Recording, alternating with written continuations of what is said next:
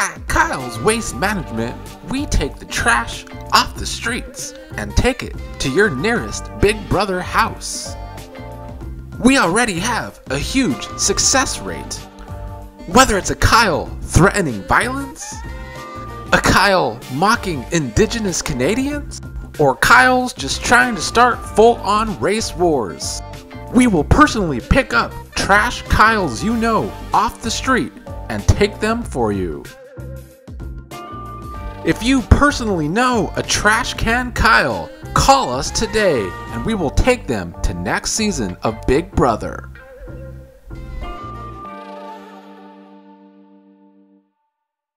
So much to talk about, but I have so little time, but I will do my best to give my view on the last 2 days in the Big Brother 24 house. We probably have to start with Kyle, but before that, let me talk about how this house has never evolved from the middle school bullshit. I talked early on in my reviews for the feeds that everything was so middle school, the jealousy, the bullying, the insecurities, and it's never really gone away. We still have a lot of the women and some of the old men like Terrence talking shit about Taylor off and on all day. Still happens. We also have some weird jealousy that Kyle has on Joseph and Taylor. Alyssa also always asking if Kyle thinks she's prettier than Taylor. It's a very odd cast with everyone's insecurities always coming out. Even with Brittany, I feel like she still wants to fit in with some of the girls in the house that she has not been able to just click with. And all of this middle school shit is what has me having a very hard time enjoying this cast overall. There's very few cast members I actually like. So keep that in mind as I, drag some people today. I'll talk about more of this later. We got to talk about Kyle. Going back to Saturday, after I did my talk on Saturday, we saw Kyle breaking down in the HOH room. I'm so tired. Wow. I hope you guys are proud.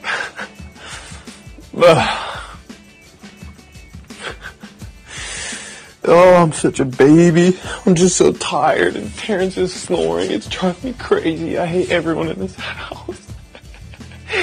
Except Alyssa. She's so amazing. Trying. Alright, one more week. I gotta just get the jury. Kyle, come on.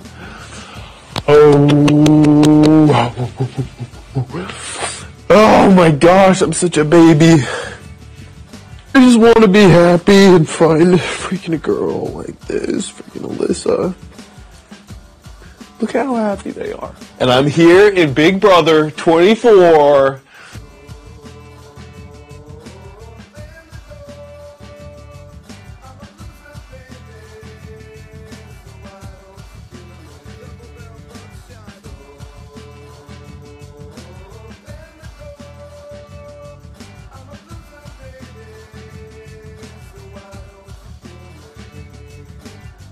It's very, very odd.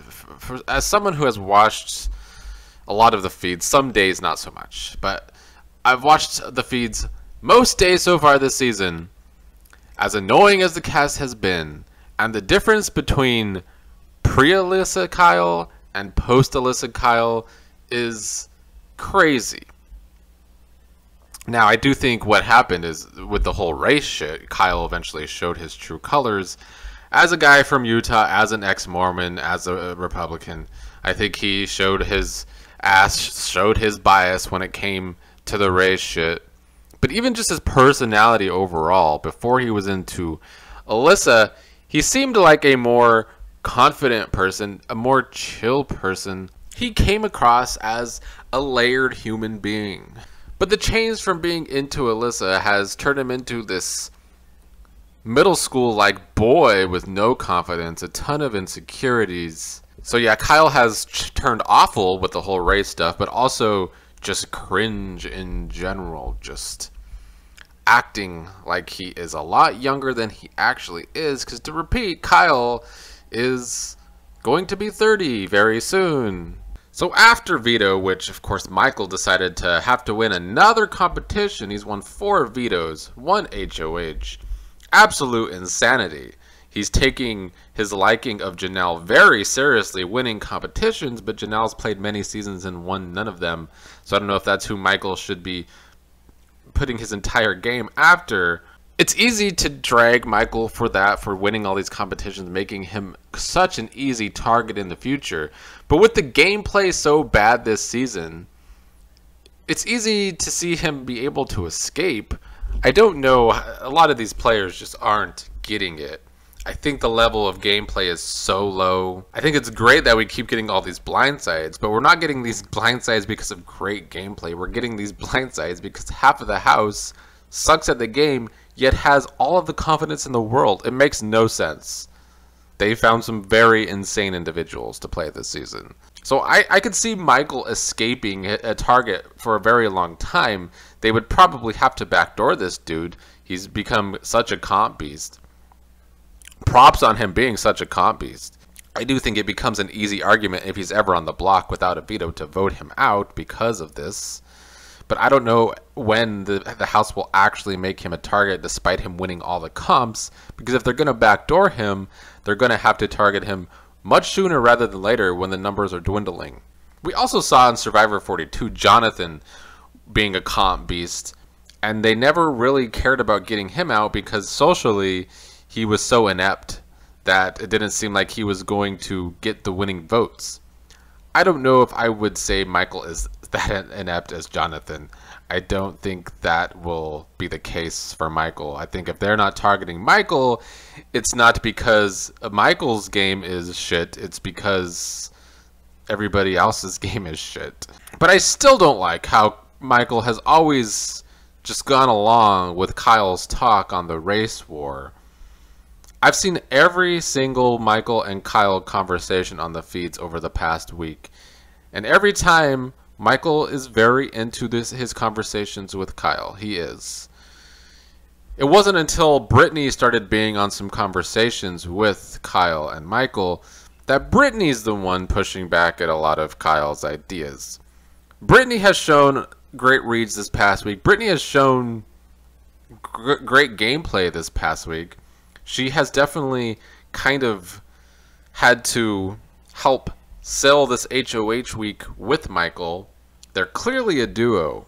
I'm glad Brittany put her foot down at times with Kyle poking holes in all of his stories. A big one was that Kyle kept saying him and Alyssa don't talk game, but Alyssa's big mouth, Alyssa who just sucks at the game, says too much, and Brittany's able to call Kyle out on saying, hey, Alyssa knows some information from you. It just seems so weird, because didn't you say she wasn't talking game with you? Like, isn't She doesn't, but she mentioned that. So Brittany's been able to catch Kyle in these little lies. On feeds watching him, he comes across so desperate and like self-involved. Everything's about his game in these conversations with Michael. That's why I've always found it very annoying that Michael goes along with all of these Kyle talks despite knowing Kyle is he's talking a lot of racism. Like, he was pushing so hardcore for a whites only alliance that when he was talking to Daniel to pitch to Michael and Daniel saying he's close with Terrence, he's telling him to leave Terrence out of his conversations with Michael. And if Kyle was not so involved in trying to start this whites only alliance, and Indy not even counting as whites only because she's from another country, crazy beliefs here from Kyle, honestly. Kyle could have actually had strong arguments to get Monty out this week if he would have taken a different route that wasn't racism, because other players like Terrence and Jasmine and even Alyssa would like to see Monty go this week. And ultimately, that is what sank all of Kyle's plans, is he's pushing that all the minorities are working together, and then Jasmine and Terrence come up and pitch that Monty should go this week to Michael. And I'm just being completely honest and transparent, and hopefully this can stay between us, but absolutely. The shot is there, and Monty's a big player, and I just, I told him, I'm not putting anything in his mind or words, but if it were me, I would take that shot. Alyssa also having a similar pitch to get Monty out, because Jasmine goes to Alyssa talking about how she's working hard to get Monty out, and Alyssa's just so excited. I talked to Michael, and he's thinking about keeping numbers the same, but he wants the house to back him, and he wants Monty out. But look, so I had to do a lot of work up there, okay? Whew, your girl was working. And with it, all of this excitement, what they're actually doing is sinking all of Kyle's racist plans, because now his argument, which never made logical sense in the first place, is actually coming quite clear to Michael and Brittany. Terrence and Jasmine aren't working with Taylor, Joseph, Monty, because they're trying to get Monty out and trying to save Daniel. And this is why I don't know why Michael felt like Daniel was ever going to be a shield in the first place. And this is also why I think Brittany is a far superior player to Michael, because she's able to actually read the house very well. Her game IQ has been very strong this week. Brittany is the one to rightfully point out that Monty is really the shield for Michael and Brittany, since most of the house wants him out after he was HOH last week. And I don't like how Brittany and Michael want Joseph and Monty to prove all this loyalty to them. I mean, Monty proved that last week as HOH. So their discussions this week that involved Monty and Joseph was more racial bias. It was. That's why I will call out Michael. I feel like he has shown a lot of racial bias with his conversations with Kyle. Yes, the argument can be made he's going along with it to get information. And there's a strong argument to be made that the showmans, Alyssa and Kyle, would be a shield for Michael if he plays it right, though. And I don't know if so far he's playing it right. He's more so protecting Kyle and Alyssa. So if them to be a bigger target than Michael, he needs to make them a bigger target than him, which he's not doing. But he's going along and keeping Kyle safe in all of these conversations. Michael's the only one that really knows the extent of the race war that Kyle tried to start. Brittany's gotten a lot of other information and she's poked holes in it. And I do think the reason that Brittany doesn't call Kyle out to Michael so strong is that Brittany sees that Michael does trust Kyle. And there's a lot of trust within those conversations between Michael and Kyle. So Brittany just can't call out Michael like that he's being too close to Kyle. So Brittany's in a hard position. I still don't like how their conversations between Brittany and Michael are that Joseph and Monty need to prove themselves, prove their loyalty, when Kyle's the one trying to start an entire new alliance. An alliance that took Michael way too long to realize he would be on the bottom of. The way the week has played out, there was no logic in Michael thinking Daniel was a bigger shield to him than Monty. Because Daniel's just the type of player now, he has nobody. That does not make him a shield. It can make him a number, but it does not make him a shield. If Daniel were to slip through the cracks this week, he can go with literally anybody next week. He would easily become the type of player that just wants to go to whoever's in power next. And he could probably do that because he has nobody other than, I guess, the argument could be made for Terrence. I do want to point out Kyle's shocked face when he found out that Jasmine was pitching Monty to Michael, realizing all his plans down the drain for his race war. Kyle really fucked up his position in the game because post Alyssa, Kyle is just all about protecting Alyssa. Already in love with Alyssa, it's borderline creepy, honestly. There came a point in the night, early in the morning, Sunday, that Alyssa started downing Kyle.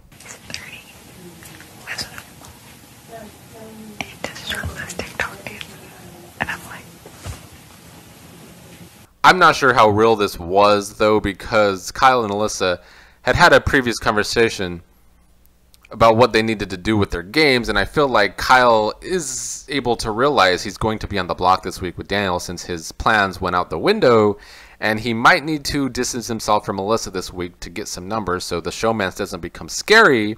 So Kyle is thinking on that end. So I don't know how real Alyssa's bad word, I mean, her words were real. He's unemployed and lives in his mother's basement.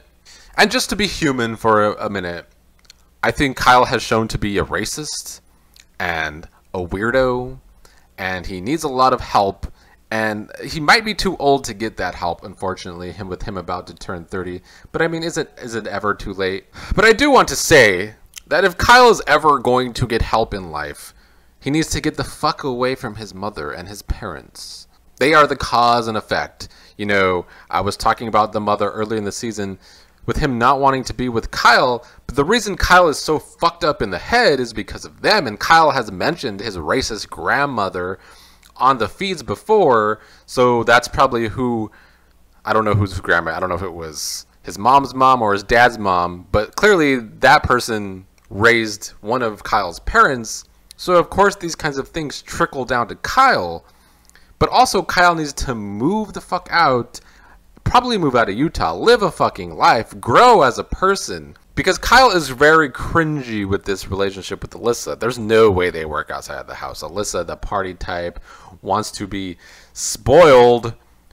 And Kyle just wants to be popular on social media, but wants Alyssa to marry him and have a bunch of babies.